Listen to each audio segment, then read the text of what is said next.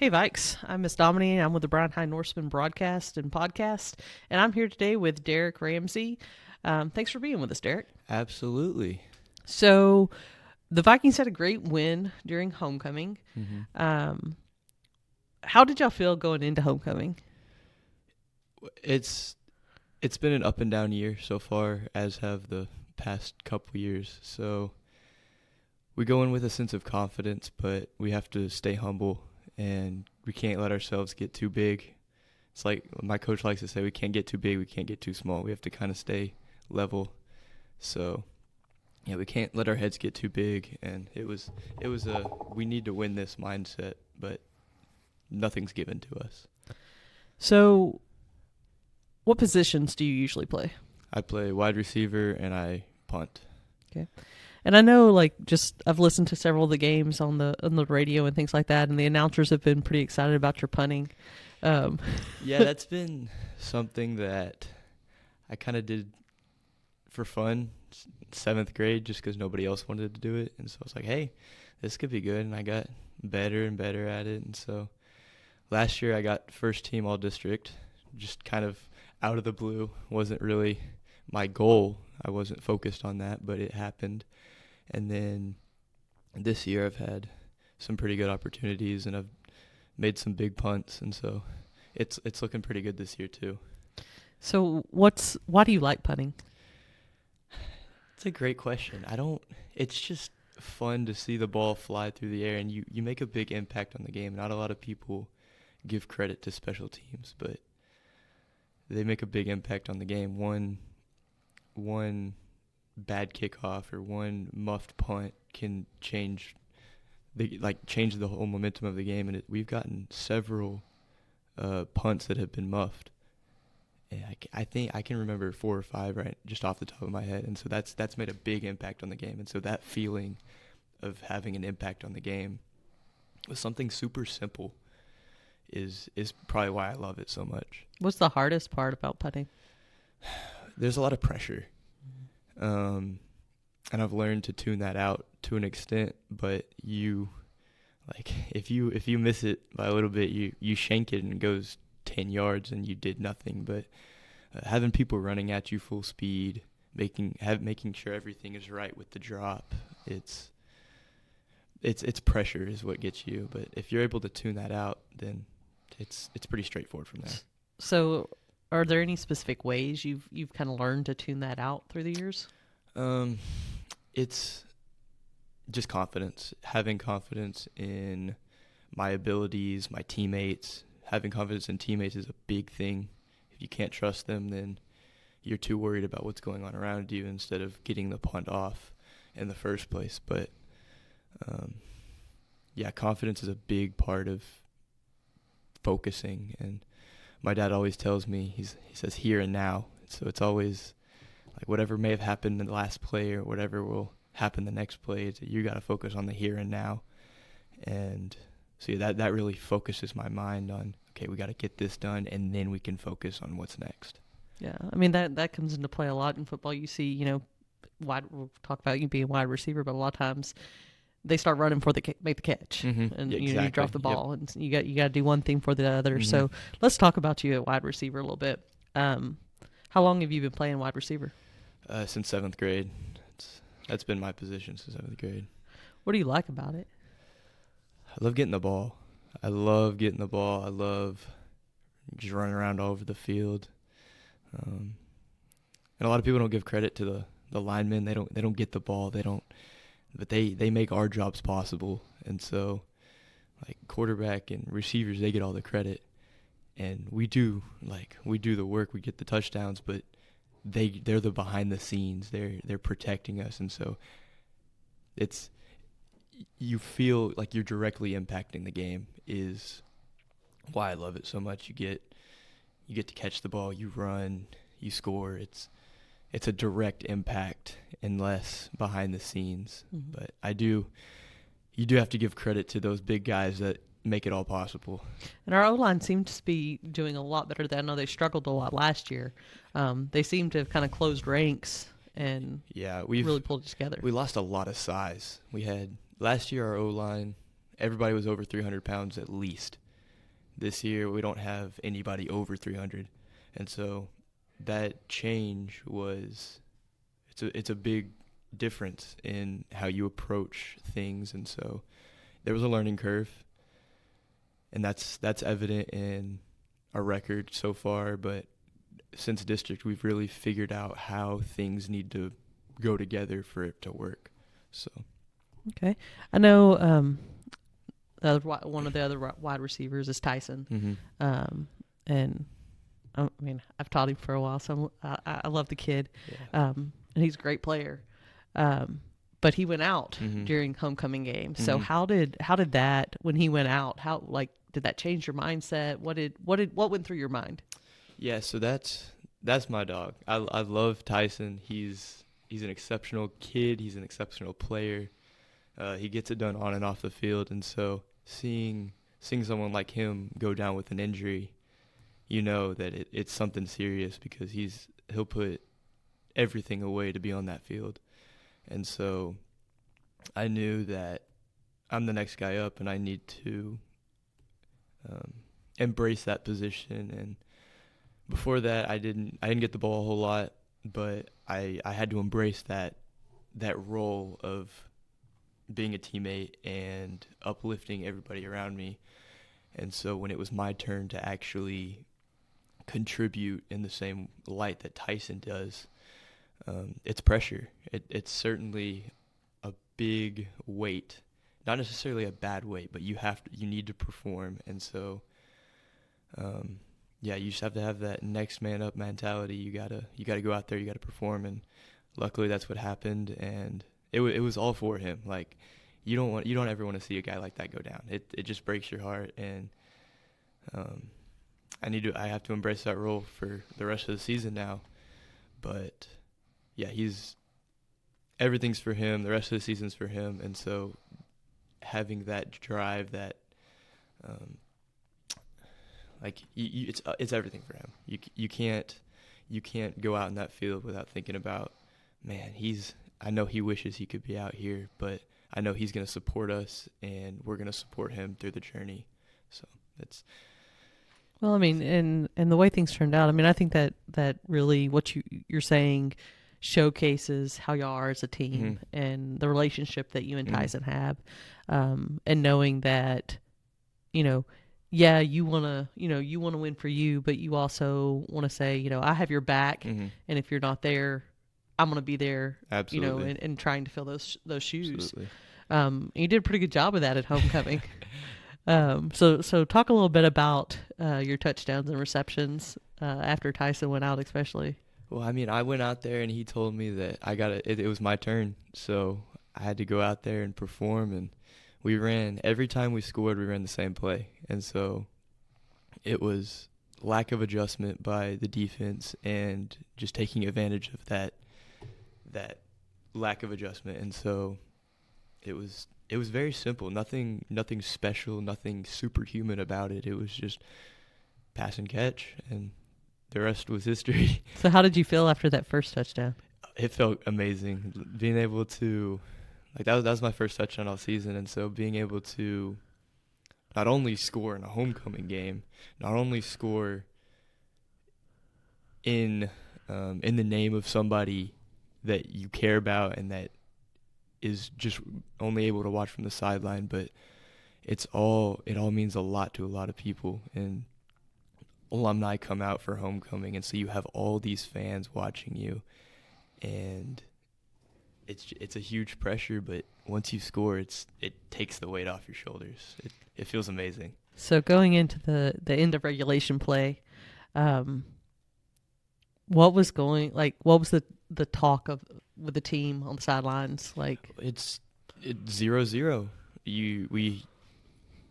We won the toss, so that was a big factor in knowing what we needed to get done. And so our defense went out there and they needed to get a stop, and they did. It was a kick is fine, field goal is fine, because that leaves us the opportunity to either at least tie it or get the win. So, but our mentality is always to win, and so defense did their job, and then all offense had to do was do their job, and we went out there. Isaiah did an amazing job all game.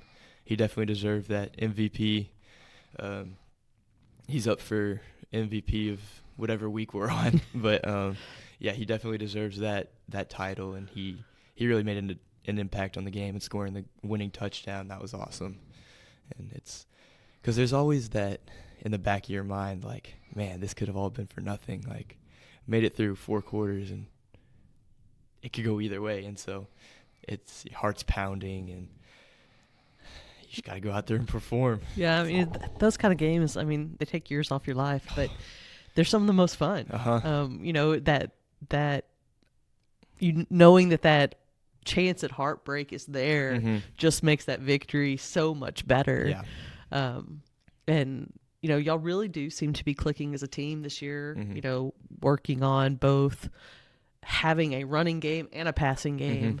Because anytime you can do that as a dual threat, it makes it harder on the defense. Exactly. So, you know, with teams having to worry about y'all with passing and Boone's arm seeming like it's doing really well. And then Isaiah Nuttall just being a freight train exactly. through the middle. You know, I know it takes, it's usually not till his like third or fourth person who hits him that he goes down. So how are y'all have a big game? You'll have a bye week this week, and then you'll have a big game coming up. How, you know, what are y'all doing to prepare for that game, and why is it such a big game? It's nothing special. I mean, it is a special game, but preparation is nothing different. We don't change our routines. We don't change our mindset. It's us versus everybody, and so Weiss is just another game in the big picture, and so going in, it's for number one. So there's pressure, there's anxiety, there's all sorts of emotions going on because Brian's in a position right now where the goal is very much in sight. You can see it, and there's a couple ways we can get there, but we need to take the easiest one, just win out, and that's the easiest way to get there. We want to determine our own destiny, and that one we don't want to let numbers and statistics and stuff determine where our path is. And we think right now the magic number is 3. So we beat Weiss. That's competition, and then head to head comes into play, and so I love that. But preparation is work hard, like eat, sleep, work, football. It's all football right now, and so. And I think that's a great mindset to have going into it because, you know, it does need to just be another game, stay out of your head. But how do you do that? How do you, because I mean, you know that they're the team to beat. And Temple played them last week. Played them close. And really it was close. Yeah. And I mean, we beat Temple handily, which was also exciting. Yeah. To especially beat Temple in Temple. So knowing that Temple played them real close, you know, I know it, which is good because I mean, you don't want the guys out there feeling like, oh, we don't have a chance, but you also don't want them like too hyped up on the other side either. So how do you find that middle ground? Like, this is just another game that we're going to go out there and play. Yeah, it's that mindset I talked about earlier, never get too high, never get too low. And we were humbled really, really early with Brenham and Huntsville that we played Huntsville last year. We played a horrible game, and this year we did it again. And Brenham, we beat them last year, and this year we didn't perform as well. And so we learned really quickly that you can't compare to last year in this game. It doesn't carry over because then you start getting too high, and then you get humbled really quickly. So our mindset has had to change to this is like they're good. Everybody's a good team. Everybody can potentially beat us, but we have to know that we're the better team, and we have to stay humble, stay confident, and so that middle ground comes with a balance of that. And there's no reason to beat ourselves up or like think we don't have a chance or think that we're gonna absolutely kill them, but because that's where trouble happens. Then you either give up, you give up either way because it's like, oh, this is easy, we don't need to try, or Yeah. they're going to beat us anyway, so why try? But yeah, definitely having that middle ground is good. So how do y'all build the family atmosphere on that football field? Because, and a lot of times people who don't care for sports, they don't get why sports are so special. We talked to Tyson last year after his grandfather passed away. 4 touchdowns against Brenham. He performed great, and he was like, it was for my grandpa, and being out on that field, it was the first time my grandpa had gotten to see me play in years.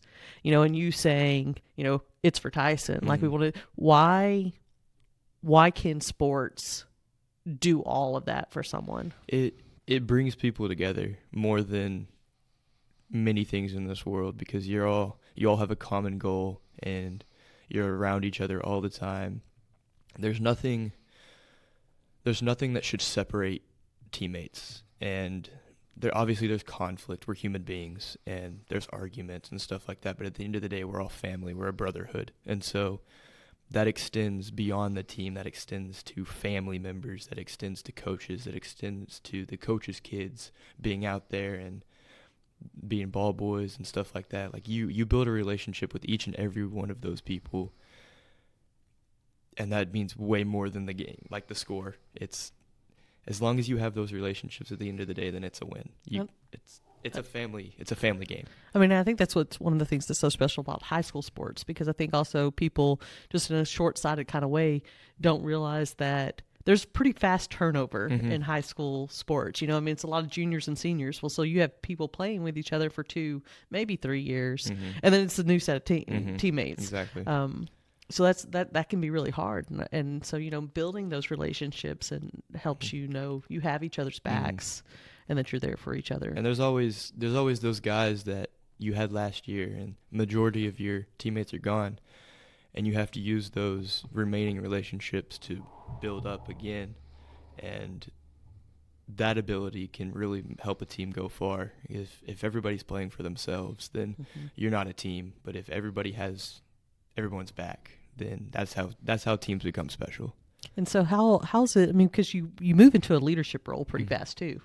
You come onto the team, you're the young guy, but you become the old guy really fast.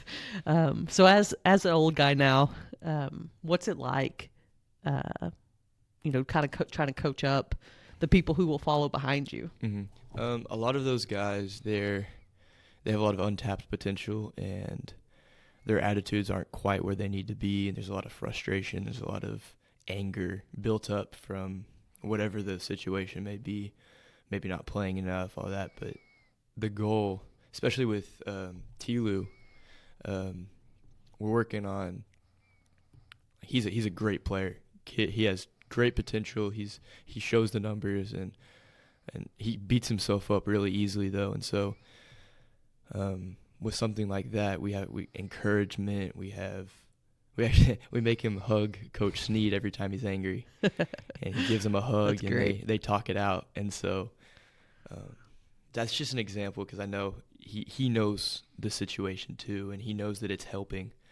But the past few games, his spirits have really been higher, and even though they're wins, like, everybody's spirits are higher, but even in the times of failure or things aren't going our way, it's a hug can go a long way. And so keeping those spirits up is really the biggest thing with those young guys. Yeah. Because they get down on themselves really fast. They get down on the team, and they don't have a smile on their face. Even when you're losing, you got to have a smile on your face. You have to have confidence. You can be angry, but you have to take that out on the field, not on your teammates, not on your coaches. And so, and just knowing how to, you go and drop passes. It's going to happen. Exactly. I mean, I know Tyson gets frustrated. He was telling me the other day, it's like, it touched my hands. I should have caught it. I'm like, yeah, you probably should have. But you have to learn how to let that go so you can go catch the next one. Exactly. Next play mentality.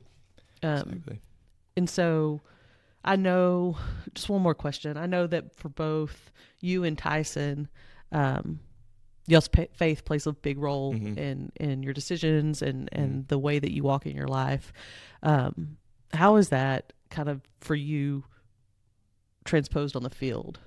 Yeah, it's it's all for our faith. It's all for just we know that God's looking over us, and so everything needs to be for him. And so that's been a big part of me and Tyson's life, is playing for the word, playing through him, because without him, nothing's possible. And so we go out on the field, and we're lucky to be on the field. We're lucky to put on the uniform every Friday. Nothing's guaranteed, and so we leave it all on the field because we don't know if tomorrow is guaranteed.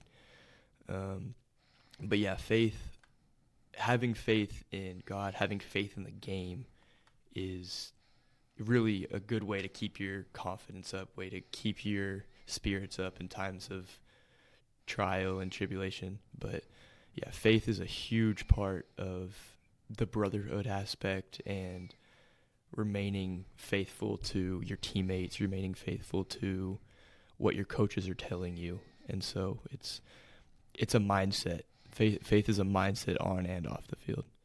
Okay.